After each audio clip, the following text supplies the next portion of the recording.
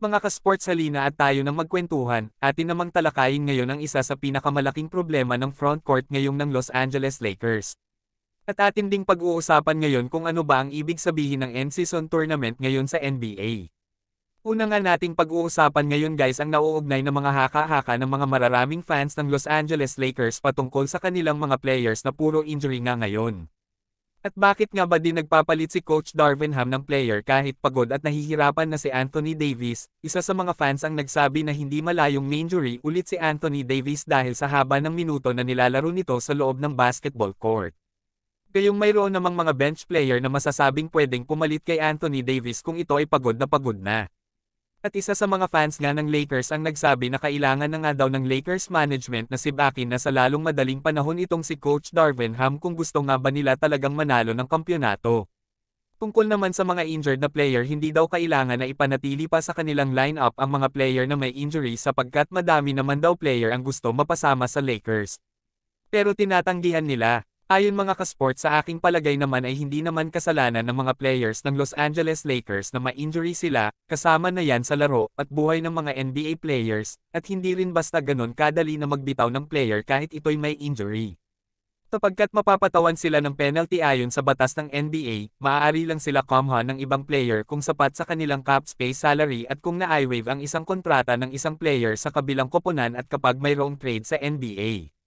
Yun nga mga ka-sports, hindi basta-basta pwedeng gawin ng Lakers management ang mga sinasabi ng kanilang fans. Well, magaling at matalino naman, itong general manager ng Lakers, alam niya mga aksyon na kanyang ginagawa. Sa aking palagay may mga plano naman sila patungkol sa ikakaganda ng kanilang lineup, at ito pa mga ka-sports, dapat na nga bang palitan itong si Coach Darvin Ham dahil sa kanyang mga ginagawang play at action sa kanyang mga player. Dahil nga lagi na lang nakikita ng mga fans ang small ball lineup ni Coach Darvin Ham na paborito niyang gamitin, na sadyang hindi nga umuubra kapag ang kalaban nila ay malalakas na mga team tulad ng Denver Nuggets. Sa kanilang nga, 6 na laro ay sadya naman talagang nahihirapan ang Lakers makasabay sa laban kapag small ball position ang ginagamit ni Coach Darvin Ham. Lagi nga silang naghahabol at natatambakan sa una at naghahabol sa huli. Kung kaya nauuwi sa kanilang pagkatalo, samantalang epektibo naman daw kung big lineup ang kanyang gagamitin sa loob ng court. At kita naman daw na kaya ng Lakers sumabay sa mga team na contenders kapag big lineup ang kanyang gagamitin. Yun nga mga ka-sports, so atin na nga ring pag-uusapan ngayon ang patungkol sa nasabing in-season tournament ngayon sa NBA. Ano ba ang ibig sabihin nito? Ganun pa man, madami pa din nga ang hindi nakakaintindi ng in-season tournament. Ayon nga kay Damian Lillard ay hindi niya alam kung ano ang nangyayari. Sa palagay niya nga daw ay lahat naman ng player ay hindi talaga alam kung ano ang meron. But you can tell that something is up umano. The energy is different, ang jersey, ang court, gusto lang nga daw nila na makaabot sa Las Vegas para sa finals. Habang si Bones Hyland ay ganun din ang sinabi. Hindi niya nga daw naiintindihan pa kung ano ang in-season tournament. Basta nga daw may something sa calendar nila na parang may trophy sa mga game nito. Lahat naman daw ang focus ay sa tunay na championship. So ang tanong ay ano ba ang in-season tournament? Ipapaliwanag ko yan sa inyo dahil kahit nga ako noong simula ay medyo naguguluhan din. So all 30 teams ay nahati sa 6 na pangkat base sa kanilang mga naging records sa nakaraang season. 3 pangkat sa East at 3 pangkat din sa Western Conference. Beginning November 4 and continuing through Wednesday, November 29 Philippine time, each team will play 4 designated group play games on tournament nights. Tigi-isang game kontra sa mga team ng mga kagrupo nila, 2 on the road at 2 sa kanilang home court. Matapos ang tournament nights ay magkakaroon ng knockout rounds, kung saan ang magiging parte lamang nito ay ang mga top teams ng bawat pangkat at 2 wildcard teams. So bali 8 teams yan mga kaibigan. Ang 2 wildcard teams ay ang team na may best record sa East at sa West na nagtapos lang bilang second sa kanilang pangkat. Kapag may tiebreaker ay sasailalim ito sa point system. Ang knockout rounds at finals ay lahat single elimination games. Ibig sabihin ang matalo ay laglag na sa in-season tournament.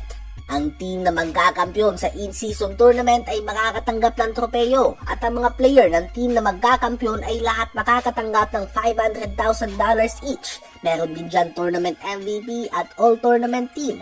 So ayun nga po mga kaibigan, $500,000 each para sa magkakampyon. Ginawa nga ito ni Adam Silver upang maiwasan ang pag-load management ng players sa regular season at bigyan ng excitement ng mga fans. Madami nga sa mga superstar ang hindi nagtotodo tuwing regular season at ito nga nakikitang solusyon ni Adam Silver upang magkaroon ng importansyang early regular season games para naman may pinaglalabanan sila bago pumasok sa second half ng NBA season. Ang championship game ng in-season tournament ay magaganap sa December 6 Philippine time. Ang game ay gagawin sa Las Vegas, Nevada. Sa mga hindi pa pamilyar sa mga pangkat, ang West Group A ay kinabibilangan ng Grizzlies, Suns, Lakers, Jazz at Blazers. West Group B naman ay Nuggets, Clippers, Pelicans, Mavs at Rockets. West Group C ay ang Kings, Warriors, Timberwolves, OKC at San Antonio Spurs. Sa East Group A naman ay Sixers, Cavs, Hawks, Pacers at Pistons. Sa East B naman ay Bucks, Knicks, Heat, Wizards at Hornets. At sa East Group C naman ay Celtics, Nets, Raptors, Bulls at Orlando Magic. Ano ba masasabi nyo tungkol dito?